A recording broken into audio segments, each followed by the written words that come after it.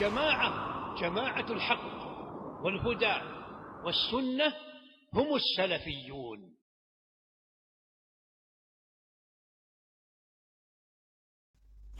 إن الحمد لله نحمده ونستعينه ونستغفره ونعوذ بالله من شرور أنفسنا ومن سيئات أعمالنا.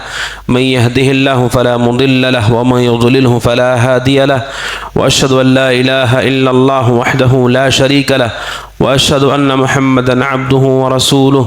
يا أيها الذين آمنوا اتقوا الله حق تقاته ولا تموتن إلا وأنتم مسلمون.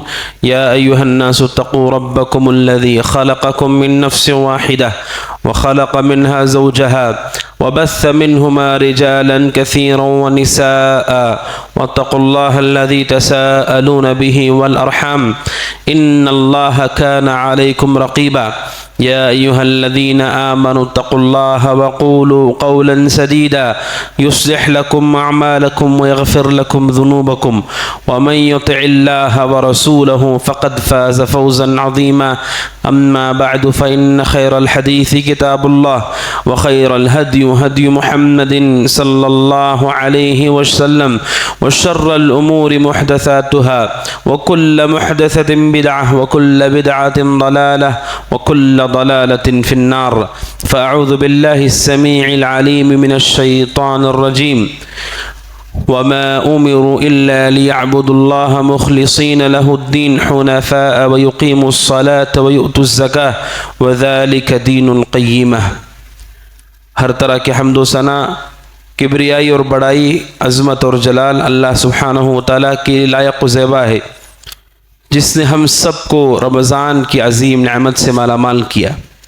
اسی کے لیے حمد اور اسی کے لیے شکر ہے کہ اس نے ہم لوگوں پر رمضان جیسی نعمت اور رمضان جیسی برکت عطا فرمائی. اللہ رب ذوالجلال جو کچھ ہم نے عبادتیں اور اعمال انجام دی، اللہ تعالیٰ ان سب کو قبول فرمائے، اور جو کمیاں اور کوتاہی اور گناہ ہیں اللہ تعالیٰ ان سب کو اپنے فضل اور رحمت سے معاف کرے.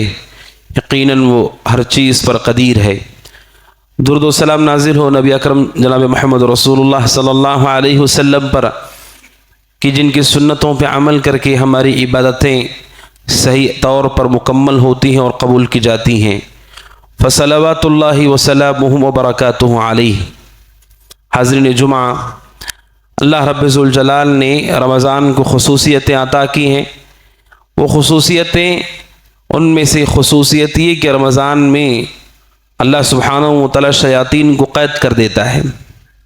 سفیدت الشیاطین.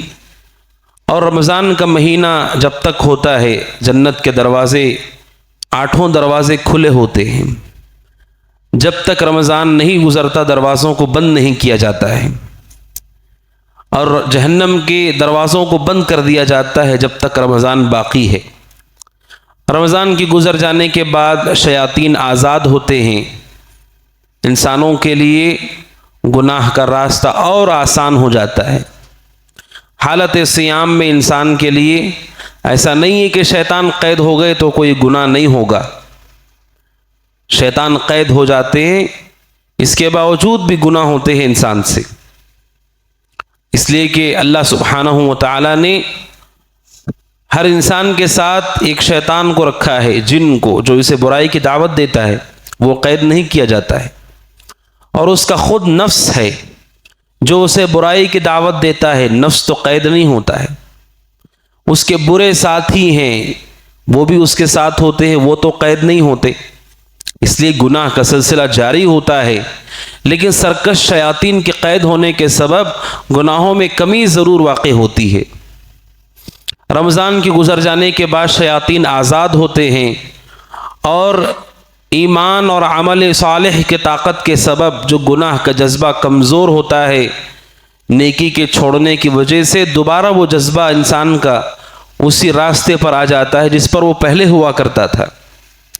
رمضان کے گزرنے کے بعد مومن کی سب سے بڑی ذمہ داری ہے کہ وہ یہ دیکھے کہ رمضان میں اللہ سبحانہ و تعالیٰ نے جن اعمال کی اسے توفیق دی، ان اعمال کو رمضان کے بعد بھی جاری رکھے، اور یہ اس کی سب سے بڑی استقامت ہے. اور اس امت کی سب سے بڑی کرامت کیا ہے؟ ابن تیمیہ رحمۃ اللہ علیہ کہتے ہیں پچھلے زمانے میں لوگوں کی کرامت کہ نیک لوگ چلتے تھے، ان کے اوپر بادلوں کا سایہ ہوتا تھا، نیک لوگوں کی تمنائیں پوری ہوتی، ان کے پاس غیر معمولی طریقے سے سامان فراہم ہو جاتے۔ ابن تیمیہ کہتے رحمۃ اللہ علیہ اس امت کی سب سے بڑی کرامت، اعظم الکرامہ، کہ اللہ نے اس امت کو اس سے بڑی کوئی کرامت نہیں دی ہے۔ اس امت کا سب سے بڑا ولی وہ ہے، سب سے بڑا کرامت، سب سے بڑی کرامت جس کو عطا کی جاتی ہے وہ کیا ہے؟ کہتے ہیں الاستقامہ، کہ اللہ تعالی ہر حال میں اسے نیکی پر باقی رکھتا ہے، یہ سب سے بڑی کرامت ہے۔ انسان مختلف مراحل سے گزرتا ہے، خوشی اور ہنسی کا مرحلہ، آسانی اور پریشانی کا مرحلہ، تنگی اور کشادگی کا مرحلہ، سارے مراحل میں ہر موسم میں، موسم گرما ہو کہ سرما ہو، پتجھڑ کا موسم ہو، حج کا موسم ہو، رمضان کا موسم ہو، استقامت سب سے بڑی کرامت ہے۔ اس سے بڑی کوئی کرامت نہیں۔ بادلوں کا سایہ ہونا، اچانک انسان کے پاس تکیے کے نیچے مال آ جائے، اچانک کشتی اس کے کنارے لگ جائے، یہ ساری کی ساری کرامتیں مومن کے ساتھ ہو سکتی ہیں۔ اللہ تعالیٰ کی مدد کہیں سے بھی آ سکتی ہے۔ اس سے بڑی کرامت یہ ہے ہر حال میں مومن استقامت اختیار کیے ہوئے ہو، ہر حال میں اللہ کی عبادت کرتا ہو، یہ سب سے بڑی کرامت ہے۔ اسی وجہ سے وہ کرامتیں جو ہماری نظروں میں ہیں، ان کرامتوں کو دیکھ کر صحابہ کو دیکھیے، کتنے صحابہ کے ساتھ وہ کرامتیں ہوئی ہیں۔ بلکہ علماء کہتے ہیں اس امت کے سب سے افضل شخصیت حضرت ابو بکر سے آپ ثابت کیجئے کہ کتنی کرامتیں ان کے ساتھ ہوئی ہیں، کہ اچانک مال آ گیا ہو، سایہ کیا گیا ہو ان کے اوپر، اس لیے کہ سب سے بڑی کرامت استقامت ہے جو اللہ نے صحابہ کو عطا کی ہے، اور قیامت تک آنے والے لوگوں کے لیے سب سے بڑی کرامت یہ ہے۔ اس وجہ سے ہمارے نزدیک کرامت صرف اور صرف خوارق عادت چیز نہیں ہے، کہ کوئی چیز جو عام طور پر نہیں ہوتی ہے ویسی ہو جاتی ہے۔ جیسے حضرت مریم علیہ السلام کے بارے میں قرآن کہتا ہے کہ جب زکریہ ان کے پاس گئے تو ان کے پاس رزق تھا، بے موسم کے ان کے پاس پھل ہوتے تھے، یہ اللہ کی طرف سے کرامت ہے۔ اصحاب کہف وہ نبی نہیں تھے، ان نوجوانوں کو اللہ سبحانہ و تعالیٰ نے کرامت دی، 300 سال تک وہ سوئے رہے، دوبارہ اللہ نے انہیں اٹھایا اور رزق بھی انہوں نے کھایا، یہ کرامت ہے ان کے لیے۔ امتوں کے ساتھ کرامت ہوئی ہے اور ہوتی ہے اور ہوتی رہے گی۔ اس کی بنیاد توحید اور سنت ہے۔ کرامت حق ہے، اس کی شناخت توحید و سنت سے ہوتی ہے، کہ کوئی آدمی توحید میں پختہ اور سنت رسول پر ہوتا ہے، اللہ کی مدد الگ الگ طریقے سے ان تک پہنچتی ہے۔ ان ساری کرامتوں میں سب سے بڑی کرامت اس امت کے لیے استقامت ہے۔ لہٰذا رمضان کے گزرنے کے بعد بھی اگر ہم اسی طرح عبادت پر قائم رہے، یہ ہمارے لیے اعزاز کی بات ہے، سعادت کی بات ہے۔ بلکہ علماء نے یہ کہا کہ رمضان کے بعد عبادتوں کا اسی طریقے پر باقی رہنا اس بات کی طرف اشارہ کرتا ہے کہ شاید اللہ سبحانہ و تعالیٰ نے ان کے اعمال کو قبول کیا ہے۔ کیوں؟ کیونکہ جب اللہ نیکی کو قبول کرتا ہے تو اس نیکی کو آنے والے نیکی کے ساتھ جوڑ کر آسان کر دیتا ہے۔ اگر رمضان میں نیکی آسان تھی، رمضان کے بعد آسان نہیں، تو ہمارے لیے خوف کی بات ہے کہ الحسنۃ تجر الحسنہ، کہ نیکی نیکی کو لے آتی ہے۔ اللہ سبحانہ و تعالیٰ کہتا ہے جو ہدایت پر آتے ہیں اللہ انہیں مزید ہدایت دیتا ہے، یعنی صحیح طور پر عمل کرنے والوں کے لیے آنے والی نیکی اللہ آسان کرتا ہے۔ اگر رمضان ہم نے صحیح ڈھنگ سے گزارا ہے تو آنے والی زندگی میں وہ ہمارے لیے آسان ہوگا۔ اگر آسان نہیں ہوتا ہے، اس کا مطلب کہیں نہ کہیں خلل ہے عبادت میں۔ لہٰذا اللہ سے ڈرنا بھی چاہیے اور دعا کرنا چاہیے کہ اللہ تعالیٰ جو بھی ہم نے عمل کیا ان سارے اعمال کو اللہ قبول کرے۔ اور رمضان میں بالخصوص جس عبادت کا اہتمام مومنین کیا کرتے ہیں وہ نماز کا اہتمام ہے، نماز کی پابندی ہے، چاہے وہ فرائض ہوں، فرائض کے ساتھ قیام اللیل تہجد کی نماز ہو اور دیگر سنن ہوں۔ رمضان میں مومن بالخصوص اس کا اہتمام کرتا ہے جو کہ اس کے لیے بہت عظیم بات ہے۔ اللہ سبحانہ و تعالیٰ نے جو عبادتیں ہم پر فرض کی ہیں ان میں جو جسم کی عبادت ہے ان میں سب سے بڑی عبادت نماز ہے، سب سے بڑی عبادت صلاۃ ہے۔ جو آیت کریمہ میں نے پڑھی سورہ بینہ کی، اللہ سبحانہ و تعالیٰ کہتا ہے وَمَا أُمِرُوا إِلَّا لِيَعْبُدُوا اللَّهَ مُخْلِصِينَ لَهُ الدِّينَ، لوگوں کو حکم دیا گیا ہے کہ وہ اللہ کے لیے اپنی عبادت کو خالص کریں، کبھی کسی کے ساتھ شرک نہ کریں، حنفاء، پوری طرح شرک کو چھوڑ کر توحید کی طرف مائل ہوں، کبھی شرک کی طرف مائل نہ ہوں۔ اللہ نے اسی بات کا ہمیں حکم دیا ہے کہ چاہے شرک میں کتنی رنگینی کیوں نہ ہو، ہم شرک کی طرف مائل نہیں ہوتے، ہم ہمیشہ توحید کی طرف مائل ہوتے ہیں۔ اسی کا اللہ نے ہمیں حکم دیا ہے حنفاء، اور دوسرا حکم توحید کے بعد، شرک سے بیزارگی کے بعد وَيُقِيمُ الصَّلَاةَ، کہ ہم نماز کو قائم کریں۔ توحید کے بعد سب سے عظیم عبادت اس کا حکم دیا گیا وَيُؤْتُوا الزَّكَاةَ، اور زکوٰۃ کو ادا کریں۔ اللہ سبحانہ و تعالیٰ کہتے ہیں وَذَلِكَ دِينُ الْقَيِّمَةِ، یہی دین قیمہ ہے۔ کیا ہے دین قیمہ؟ اس امت کا سچا دین یہی ہے۔ دین قیمہ کا مطلب جو دین اس امت کو دیا گیا ہے، سچا دین یہی ہے کہ ہم سب سے پہلے توحید کے پابند ہوں، شرک سے بیزار ہوں، اور توحید پر مضبوطی سے قائم رہتے ہوئے نمازوں کو قائم کریں، زکوٰۃ کو ادا کریں۔ یہی سچا دین ہے جس کا اللہ نے ہم سب کو حکم دیا ہے۔ انسان اس جسم سے سب سے اشرف عبادت کوئی کر سکتا ہے، وہ نماز کی عبادت ہے۔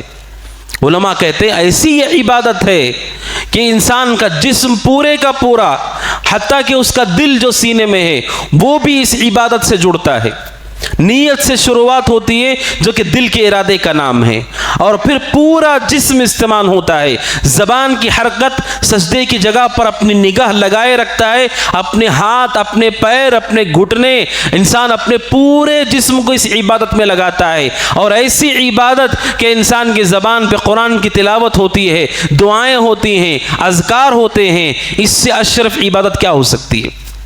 آپ کا دل بھی اور سب سے قریبی انسان حالت سجدہ میں اللہ سے ہوتا ہے۔ صحیح مسلم کی حدیث میں اللہ کے نبی نے فرمایا علیہ الصلوۃ والسلام اقرب ما یکون العبد من ربہ وہو ساجد، سب سے قریب ہم اللہ سے حالت سجدہ میں ہوتے کہ انسان اپنے ہاتھوں کو گھٹنے کو ٹیک کر اپنے جسم کا خضوع ظاہر کرتا ہے کہ میں اللہ کے تابع ہوں، ایسے تابع ہوں کہ کوئی آدمی جو نوکر ہوتا ہے اپنے آقا کے سامنے سر جھکا کے بات کرتا ہے، مومن اللہ کے سامنے سر زمین پر رکھ دیتا ہے کہ جسم کا خضوع کہ اس سے زیادہ کوئی اور نہیں جھک سکتا ہے۔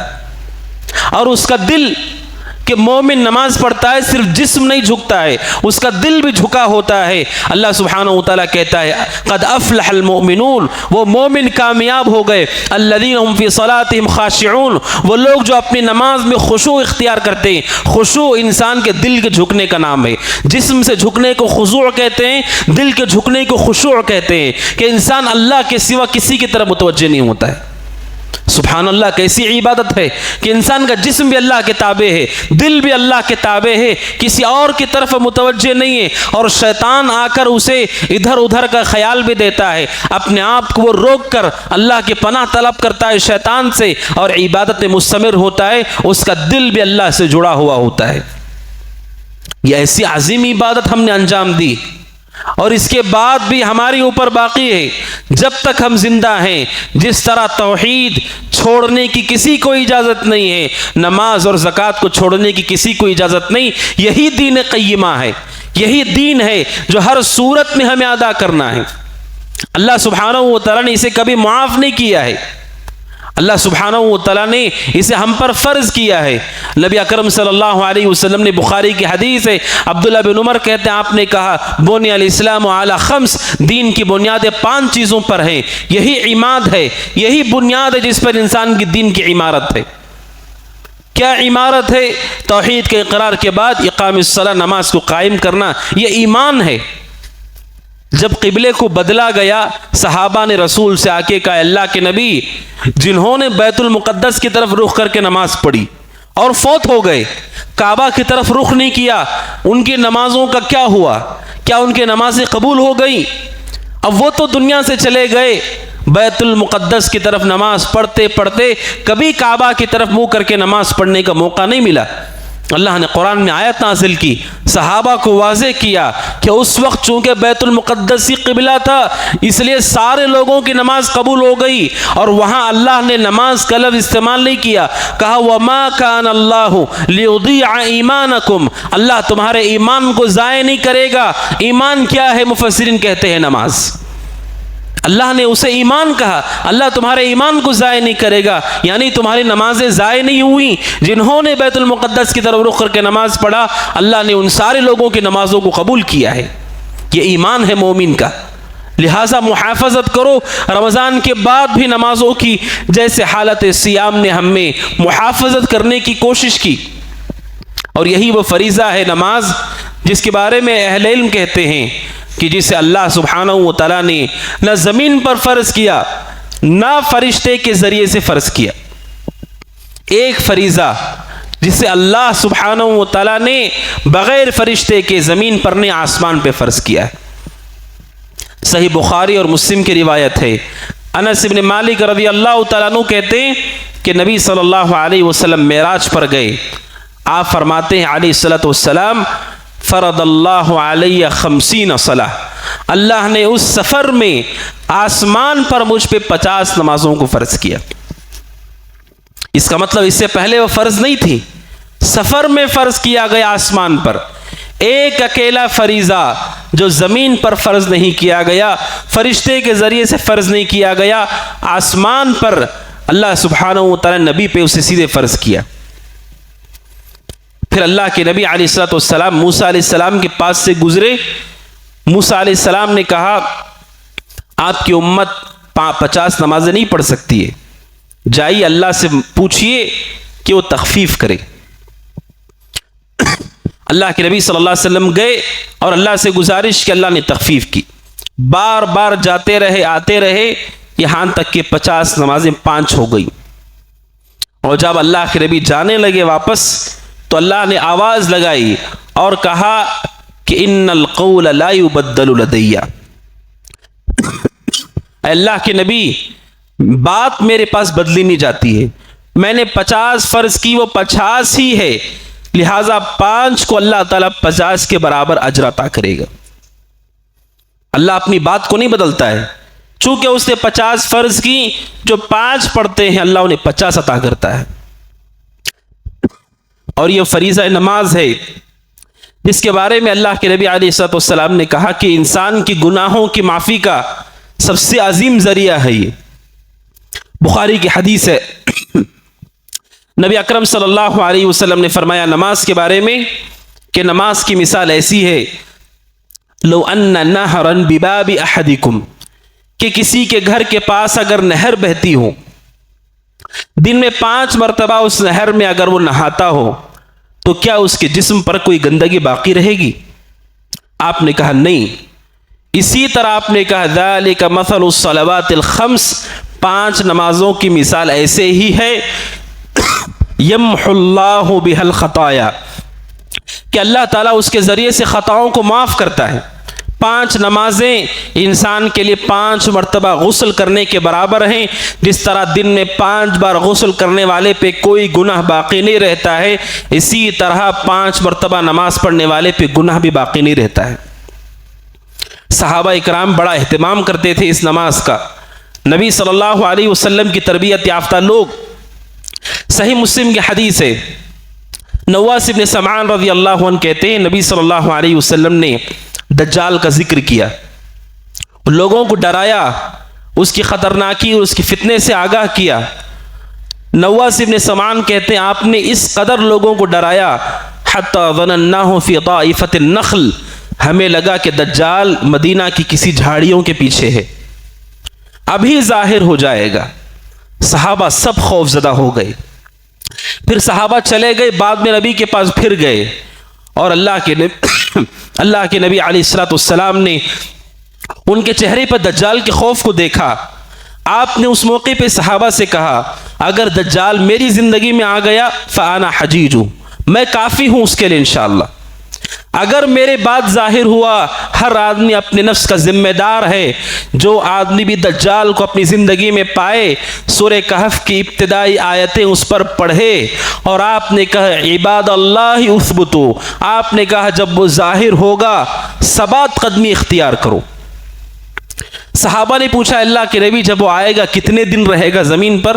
آپ نے کہا 40 دن، لیکن 40 دن عام دنوں کی طرح نہیں ہوں گے، یومن کا سنہ، ایک دن ایک سال کے برابر ہوگا، وہ یومن کا شہر، اور ایک دن ایک مہینے کے برابر ہوگا، وہ یومن کا جمعہ، ایک دن ایک ہفتے کے برابر ہوگا، باقی 37 دن عام دنوں کی طرح ہوں گے۔ اب سوچئے بات ہو رہی ہے دجال کی، قیامت کے وقوع کی، اور کہ اس کی خطرناکی اور فتنہ کیا ہوگا۔ صحابہ نے جب سنا دجال جب آئے گا ایک دن ایک سال کے برابر ہوگا، سب سے پہلے ان کے دماغ میں کیا بات آتی ہے؟ اللہ کے نبی جب وہ آئے گا ایک دن ایک سال کے برابر ہوگا، ہم نماز کیسے پڑھیں؟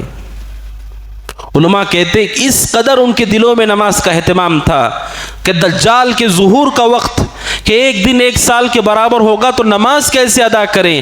آپ نے فرمایا اس ایک دن جو ایک سال کے برابر ہوگا 5 نمازیں کافی نہیں ہوں گی، اقدروا لہ قدرہ، آپ نے کہا اس کی مقدار کا اندازہ کرو، وہ ایک دن ایک سال کے برابر ہوگا، اس ایک دن میں آپ کو ایک سال کی نمازیں پڑھنی ہے۔ اللہ کے نبی علیہ الصلوۃ والسلام نے صحابہ کو تعلیم دی۔ علماء کہتے ہیں کہ صحابہ کا اہتمام کہ وہ ہر حال میں فکر کرتے تھے کہ کیسے نمازوں کی ادائیگی کی جائے، کہ دجال کا ذکر سننے کے بعد بھی وہ اللہ کے نبی سے کہتے ہیں کیسے نمازوں کو پڑھیں، اور یہ حدیث دلیل ہے علماء کے لیے بڑے فقہی مسئلے کے لیے۔ وہ جگہیں جہاں پر سورج کا طلوع اور غروب، دن اور رات کا معاملہ عام ملکوں کی طرح نہیں ہوتا ہے، انہیں کیسے نماز پڑھنی ہے، انہیں کیسے روزے رکھنے ہیں، جہاں پہ سورج کا طلوع ہونا غروب ہونا عام ملکوں کی طرح نہیں۔ اس حدیث دجال سے جو کہ نواس بن سمعان کی حدیث ہے، اس حدیث میں آپ نے کہا ایک دن ایک سال کے برابر ہوگا، کوئی اسے ایک دن نہ سمجھے، سال بھر کی نماز پڑھنی ہے۔ اس سے علماء نے فقہی مسائل مستنبط کی، ایسے ملکوں میں کیسے نماز ہوگی، کیسے روزے رکھے جائیں گے جہاں کا سورج غروب ہو رہا طلوع ہونا عام ملکوں کی طرح نہیں ہے۔ یہ صحابہ اکرام کا اہتمام ہے۔ خود نبی صلی اللہ علیہ وسلم، ابو داؤد کی حدیث ہے، دنیا سے رخصت ہوتے ہوئے آپ نے امت کو جن چیزوں کی وصیت کی، کیا وصیت تھی؟ آپ نے کہا الصلاۃ وما ملکت ایمانکم، کہ نمازوں کی محافظت اور اپنے ماتحتوں کا خیال کرو۔ یہ 2 وصیتیں اللہ کے نبی نے آخر میں امت کو کی ہیں۔ آخر میں کی ہیں اس لیے کہ سب سے پہلے سوال اسی کا ہوگا۔ ابو داؤد کی حدیث سے اللہ کے نبی نے فرمایا علیہ الصلوۃ والسلام اول ما يحاسب به العبد يوم القیامت الصلاۃ۔ حریث بن قبیصہ رحمۃ اللہ علیہ تابعی ہیں، وہ کہتے ہیں کہ میں مدینہ گیا، مدینہ جانے کے بعد میں نے اللہ سے دعا کی کہ اللہ مجھے نیک صحبت، نیک ساتھی نصیب پر۔ یہ اللہ سے دعا کی جانے والی عظیم دعا ہے کہ نیک ساتھی اور نیک صحبت ہو، وہ اسے کئی نیکیوں کی طرف لے کر چلا جائے گا۔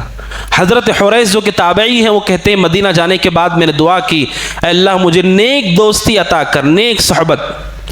کہتے ہیں مجھے اللہ نے ابو ہریرہ سے ملنے کا موقع دیا رضی اللہ عنہ، اور جب ابو ہریرہ سے ملاقات ہوئے ان کے رضی اللہ عنہ، حضرت حریث بن قبیصہ نے ابو ہریرہ سے کہا کہ میری دعا تھی کہ میں مدینہ آؤں، اللہ مجھے نیک صحبت دے، اللہ نے مجھے آپ سے ملاقات کا موقع دیا ہے، آپ مجھے حدیث بیان کیجیے تاکہ اس صحبت سے فائدہ اٹھاؤں۔ ابو ہریرہ سے درخواست کی حضرت حریث بن قبیصہ نے رضی اللہ عنہ، آپ مجھے حدیث بیان کریں۔ اس موقع پہ حضرت ابو ہریرہ نے اس تابعی کو جو مدینہ میں آ کے دعا کرتے ہیں اللہ مجھے نیک صحبت دے، انہیں وہ حدیث بیان کرتے ہیں جو ابو داؤد کی حدیث ہے کہ اللہ کے نبی نے فرمایا علیہ الصلوۃ والسلام اول ما يحاسب به العبد يوم القیامت الصلاۃ، سب سے پہلے انسان کی زندگی میں جس عمل کا محاسبہ ہوگا وہ اس کی نماز ہے۔ اگر وہ صحیح ہوگی سارے آگے کے معاملات صحیح ہوں گے۔ اگر اس میں انسان پھنس گیا تو آگے کے معاملات میں بھی وہ پھنسے گا، حتیٰ کہ نماز کی اہمیت چاہے فرائض ہو نوافل ہو اتنی زیادہ ہے کہ اللہ کے نبی نے فرمایا، ابو ہریرہ اس تابعی کو کہتے ہیں کہ اللہ کے نبی نے کہا اگر فرائض میں کمی ہوگی اللہ فرشتوں سے کہے گا انظروا لعبدی، دیکھو میرے بندے کے نامہ اعمال میں کیا اس میں نوافل موجود ہیں، نفل عبادتیں موجود ہیں۔ اگر نفل نماز ہوگی اللہ نوافل سے ان فرائض کی کمی کو پورا کر دے گا۔ ہر حال میں فائدہ مند ہے نماز، چاہے وہ فرائض ہو کہ نوافل ہو۔ اللہ تعالی ہمارے فرائض کی تکمیل کرتا ہے ان نوافل کے ذریعے سے، لہٰذا ان عبادتوں کا اہتمام رمضان کے گزرنے کے بعد بھی، جیسے رمضان گزرا ساری مسجدیں ویران جیسے پہلے ہوا کرتی تھیں، یہ ہمارے لیے خیر کی علامت نہیں ہے، ہمارے سماج کے لیے خیر کی علامت نہیں ہے کہ رمضان کے گزرنے کے ساتھ ہم خیر سے اپنے آپ کو اس طرح سے نہ کاٹ لیں۔ اللہ سبحانہ و تعالیٰ کی بندگی کو اسی طریقے پہ جاری رکھیں جیسے رمضان میں تھی۔ اللہ سبحانہ و تعالیٰ کو وہ عمل سب سے زیادہ پسند ہے جو تھوڑا ہی صحیح لیکن آدمی ہمیشگی برتے، آدمی کوشش کرے کہ وہ تھوڑا عمل صحیح لیکن ہمیشگی کے ساتھ کرتا ہوں۔ اللہ کے نبی نے فرمایا علیہ الصلوۃ والسلام احب الاعمال الی اللہ ما داوم علیہ العبد، سب سے پسندیدہ عمل اللہ کو وہ ہے جس پہ انسان ہمیشگی برتتا ہے، اگرچہ کہ کم صحیح لیکن ہمیشگی برتتا ہوں۔ لہٰذا اس عمل پہ ہمیشگی برتیں، اور نماز صرف ایک عبادت اور صرف ایک بندگی نہیں بلکہ انسان اس نماز کے ذریعے سے راحت اور سکون کو پاتا ہے اور اپنی دنیا اور آخرت میں نفع پاتا ہے کہ اللہ کی مدد آتی ہے نمازوں سے۔ اسی لیے اللہ سبحانہ و تعالیٰ کہتا ہے یا ایھا الذین آمنوا استعینوا بالصبر والصلاۃ، اللہ کے نبی علیہ الصلوۃ والسلام کو بھی اس کا حکم دیا گیا، کہا ایمان والو اللہ کی مدد طلب کرو صبر سے اور نماز سے۔ صبر کرنے پر بھی اللہ کی مدد آتی ہے اور نماز سے بھی اللہ کی مدد آتی ہے۔ مصیبتوں میں نمازوں کو ضائع کرنا یہ اور بڑی مصیبت ہے کہ صبر سے اللہ کی مدد آتی ہے، نماز سے بھی اللہ کی مدد آتی ہے۔ اور اللہ نے یہ نہیں کہا کہ کون سی مصیبت، بس یہ کہا استعینوا بالصبر والصلاۃ، اللہ کی مدد طلب کرو نماز اور صبر کے ذریعے سے کہ نماز پڑھنے والوں کو اللہ کی مدد حاصل ہوتی ہے۔ اسی لیے اب صحابی رسول کہتے ہیں ان النبی صلی اللہ علیہ وسلم کان اذا حزبه امر فزع الى الصلاۃ، اللہ کے نبی کو جب بھی گھبراہٹ ہوتی، پریشانی ہوتی، اب فوراً نماز کی طرف آتے تھے۔ یہ نماز انسان کے لیے اللہ کی مدد کو دعوت دینے والی ہے، اور اسی کے ساتھ یہ ہمارے لیے راحت و سکون ہے، ہمارے لیے اطمینان ہے کہ اللہ تعالیٰ اس نماز کے ذریعے سے ہمیں راحت دیتا ہے۔ اس لیے اللہ کے نبی علیہ الصلوۃ والسلام فرماتے ہیں کہ اللہ سبحانہ و تعالیٰ نے میری آنکھوں کی ٹھنڈک نماز میں رکھی ہے، وَجُعِلَتْ قُرَّةُ عَيْنِي فِي الصَّلَاةِ، میری آنکھوں کی ٹھنڈک نماز میں رکھی گئی ہے۔ اسی لیے جب نماز کا وقت ہوتا اللہ کے نبی بلال سے کہتے قم یا بلال، اے بلال کھڑے ہو جاؤ، وَأَرِحْنَا بِالصَّلَاةِ، اور نماز کو قائم کر کے ہمیں راحت پہنچاؤ۔ کہ مومن کے لیے راحت ہے، آپ رمضان میں اس راحت کو محسوس کر چکے ہیں، ایسی راحت کہ اسے بیان نہیں کیا جا سکتا ہے۔ انسان فرض نماز پڑھ کے، عشاء پڑھ کے، تراویح پڑھ کے اطمینان سے نکلتا ہے مسجد سے، اس کے دل میں جو راحت تھی، اس کے دل میں جو سکون، سعادت ہے، دنیا کی کوئی دولت اسے خرید کے آپ کو نہیں دے سکتی ہے۔ اب جائیے پوری زمین گھومیے پھریے، جو چاہتے ہیں آپ کھائیے، جو چاہتے ہیں وہ پہنیے، یہ ضمانت ہے کہ وہ راحت جو آپ کو اس سے ملی تھی کہیں آپ کو نہیں ملے گی، وہ صرف اس نماز میں آپ کو ملے گی کہ انسان اس فریضے کو اچھے ڈھنگ سے ادا کرے، اس کے بعد جب اللہ کے گھر سے وہ نکلتا ہے اللہ اس کے اس دل میں سکون کو ڈالتا ہے، اطمینان کو، اور جب بستر پہ وہ سر رکھتا ہے تو خوشی اور سعادت کے ساتھ۔ اس کے علاوہ دنیا کی ساری زیب و زینت آپ کو سکون نہیں دے سکتی ہے۔ اسی لیے اللہ کے نبی کہتے تھے میری آنکھوں کی ٹھنڈک ہے نماز۔ ہم نے نماز پڑھی غفلت اور سستی کے ساتھ، اس کے باوجود ہمیں راحت محسوس ہوئی۔ سوچے کہ ایک نبی کی نماز کا طریقہ کیا ہوگا، ایک نبی جب نماز پڑھتے ہیں تو کیسے پڑھتے ہیں، ان کے دلوں میں کیا ہوتا ہے، کیسا ایمان و یقین اور کیسی ان کی عبادت ہوتی ہے کہ ان کے آنکھوں کی ٹھنڈک ہی نماز ہے۔ جو جس قدر اچھے ڈھنگ سے نماز پڑھتا ہے اسی قدر اللہ اسے راحت و اطمینان بھی فراہم کرتا ہے۔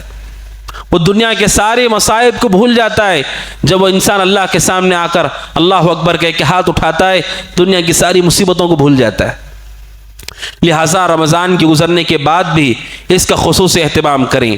اور آخر میں رمضان کے گزرنے کے بعد شوال کا مہینہ شروع ہو گیا، دوسرا دن ہے شوال کا۔ شوال کے حوالے سے صحیح مسلم کی حدیث ہے، ابو ایوب انصاری رضی اللہ عنہ کہتے اللہ کے نبی نے فرمایا علیہ الصلوۃ والسلام، من صام رمضان ثم اتبعه ستا من شوال فكان كصيام الدهر۔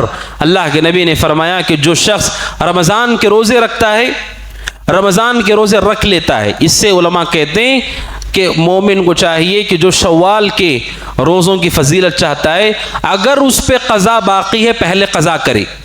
اس سے کہ اللہ کے نبی نے کہا جو رمضان کے روزے رکھتا ہے ثم اتبعه بست من شوال، اور اس کے بعد شوال کے مہینے کے 6 روزے رکھتا ہے، پہلے رمضان کے رکھے اس کے بعد شوال کے 6 رکھے، فکان کصیام الدہر، یہ ایسے ہی ہے جیسے اس نے سال بھر روزہ رکھا ہے۔ اگر کوئی 6 روزے رکھتا ہے اس مہینے کے، اسے اللہ سال بھر روزے رکھنے کا اجر عطا کرتا ہے۔ لہٰذا ان 6 روزوں کا اہتمام کیجیے، اور جیسے میں نے کہا اس سے پہلے اگر کوئی قضا ہے پہلے قضا کیجیے۔ اور یہ 6 روزے ضروری نہیں عید کے فوراً بعد شروع کرنے، شوال میں آپ نے کہا کہ جو شوال کے 6 روزے رکھے، شوال کا مہینہ 1 سے 30 یا 29 تک ہوتا ہے، تو شوال میں آپ کبھی بھی 6 دن رکھ سکتے ہیں۔ آپ چاہیں مرتب رکھیں، جمعرات سے شروع کریں پھر اسے آگے ہفتے تک لے جائیں، یا آپ چاہیں ان پہلے 10 دنوں میں 2 روزے، بعد میں 2 روزے، بعد میں 2 روزے، پوری کشادگی اللہ نے رکھی ہے، کوئی اس میں تنگی نہیں ہے۔ بس شوال کا مہینہ جب تک باقی ہے اس میں کہیں بھی آپ 6 روزے رکھیں، اللہ تعالیٰ آپ کو سال بھر روزے کا اجر عطا کرے گا۔ لہٰذا ان روزوں کا بھی خیال کریں، یہ ہمارے لیے بہت بڑے اجر کا باعث ہیں، اور اسی کے ساتھ اپنی نمازوں کی پابندی اور محافظت کریں، اور اللہ سبحانہ و تعالیٰ کے اس فریضے کو ہم ضائع کرنے سے بچیں۔ اللہ سبحانہ و تعالیٰ نے آسانی کی ہے ان لوگوں کے لیے جو اس عبادت کو انجام دینا چاہتے ہیں، جب خشوع ہوگا اللہ آسانی کرے گا۔ اسی کے ساتھ اللہ کے نبی نے فرمایا علیہ السلام، من نام عن صلاة او نسیها فلیصلیها اذا ذکرها، اگر کوئی سویا رہ گیا پوری کوشش کے بعد بھی نہیں اٹھا، اٹھنے کے ساتھ نماز پڑھے، جو بھول گیا یاد آنے کے ساتھ فوراً نماز پڑھے، حالت سفر میں ہے 4 رکعت کی جگہ 2 رکعت وہ پڑھ سکتا ہے، مشغولیت ہے سفر میں 2 نمازیں ظہر عصر ملا سکتا ہے، مغرب اور عشاء کو ملا سکتا ہے۔ یہ آسانیاں بھی اللہ سبحانہ و تعالیٰ نے ہمارے لیے رکھی ہیں، ان سے ہم استفادہ کرتے ہوئے اس کی کوشش کریں کہ ہم پابندی کریں۔ اللہ رب ذوالجلال سے دعا ہے کہ اللہ تعالیٰ ہم سب کے گناہوں کو معاف کرے، اور جو کچھ رمضان میں ہم نے عبادتیں کی اللہ اسے قبول فرمائے، جو کمیاں رہیں گی اللہ تعالیٰ ان سب کو معاف کرے۔ اللہ سبحانہ و تعالیٰ بار بار ہمیں رمضان کی بہاریں اپنی زندگی میں دکھائے، اس حال میں دکھائے کہ ہم ایمان کی حالت میں ہوں، صحت اور عافیت کی حالت میں ہوں۔ اللہ سبحانہ و تعالیٰ سارے مسلمانوں پر رحم کرے، ان کی اللہ تعالیٰ حفاظت کرے، دائیں بائیں اوپر نیچے سے اللہ تعالیٰ ان کی حفاظت کرے۔ اللہ تعالیٰ مسلمانوں کی مساجد کی، مدارس کی، علماء کی، بوڑھوں کی، بزرگوں کی، خواتین کی، بچوں کی، ہر ایک کی حفاظت کرے۔ اللہ تعالیٰ ہم سب کو صراط مستقیم کی رہنمائی دے۔ اللہ تعالیٰ ہم سب کو ہدایت پہ استقامت اختیار کرنے میں مدد فرمائے۔ اللہ تعالیٰ ہمیں دین اسلام پر آخر دم تک باقی رکھے۔ ہر وہ فتنہ جو ہمیں دین سے دور کرنے والا ہو اللہ اس فتنے سے ہمیں دور کر دے۔ اللہ سبحانہ و تعالی ہمیں اپنی زندگی میں سنت رسول کی پابندی کرنے کی توفیق عطا فرمائے۔ اللہ سبحانہ و تعالی جو بھی مسلمانوں کے خلاف مکر کرتے ہیں، سازش کرتے ہیں، اللہ تعالیٰ ان کے مکر کو، ان کی سازش کو، ان کی تباہی کا سبب بنائے۔ اللہ تعالیٰ اپنی قدرت کی نشانیاں ہمیں بتائے، ان سارے ظالموں پر عذاب کا کوڑا برسائے جو اہل ایمان کو عذاب دیتے ہیں، تکلیف دیتے ہیں۔